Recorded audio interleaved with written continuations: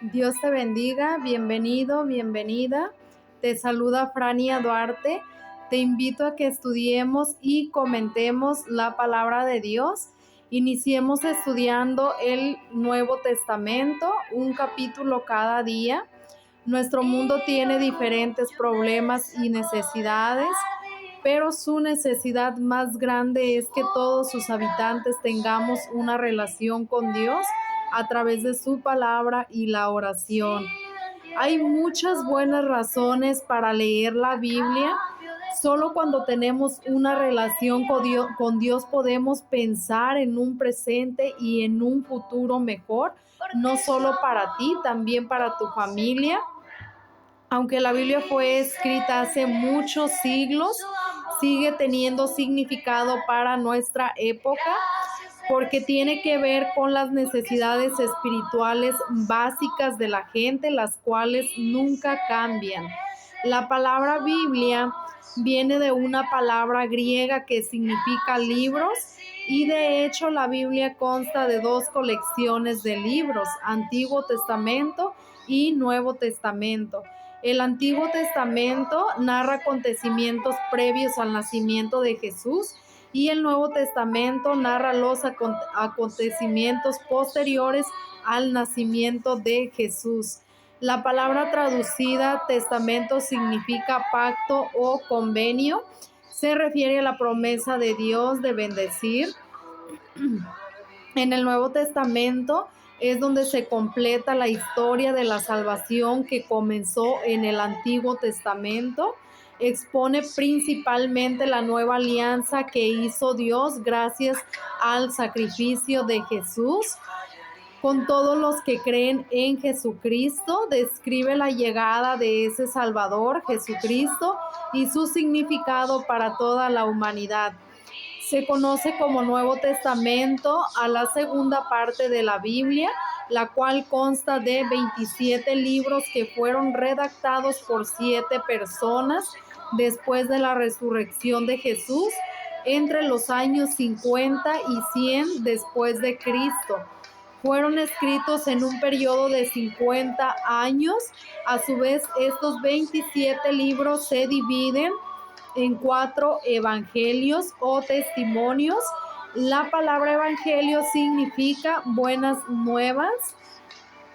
Son conocidos por los 4 nombres de quienes los escribieron: Mateo, Marcos, Lucas y Juan. En estos 4 libros se habla de Jesucristo, de su nacimiento, de su vida, de sus enseñanzas, de su crucifixión y de su resurrección. Los libros de Mateo, Marcos y Lucas son conocidos como los evangelios sinópticos. La palabra sinóptico es una palabra griega compuesta de 2 partes. La primera parte significa juntos, la segunda parte, óptico, significa vista. Por tanto, sinóptico significa visto junto. Llamamos Mateo, Marcos y Lucas los evangelios sinópticos porque ellos ven todo junto, es decir, ellos describen la vida y las enseñanzas de Cristo de la misma manera. El libro de Juan nos relata el evangelio en una forma muy diferente a Mateo, Marcos y Lucas. La segunda parte del Nuevo Testamento contiene solo un libro, los Hechos de los Apóstoles. En este libro se describe el inicio de la iglesia. La congregación primitiva estaba conformada solo por judíos. Después formaron parte los gentiles. Hechos narra cómo el evangelio logró propagarse a través de todo el mundo grecorromano. La historia del libro de los Hechos abarca aproximadamente 30 años de transición, y a la tercera parte del Nuevo Testamento se le conoce como las epístolas o cartas. Son 21 epístolas. Este libro abarca desde la epístola a los romanos hasta la epístola de Judas. Contiene algunas de las cartas que escribieron los primeros líderes de la iglesia. En ellas se enseñan los principios del evangelio y la manera de vivirlo.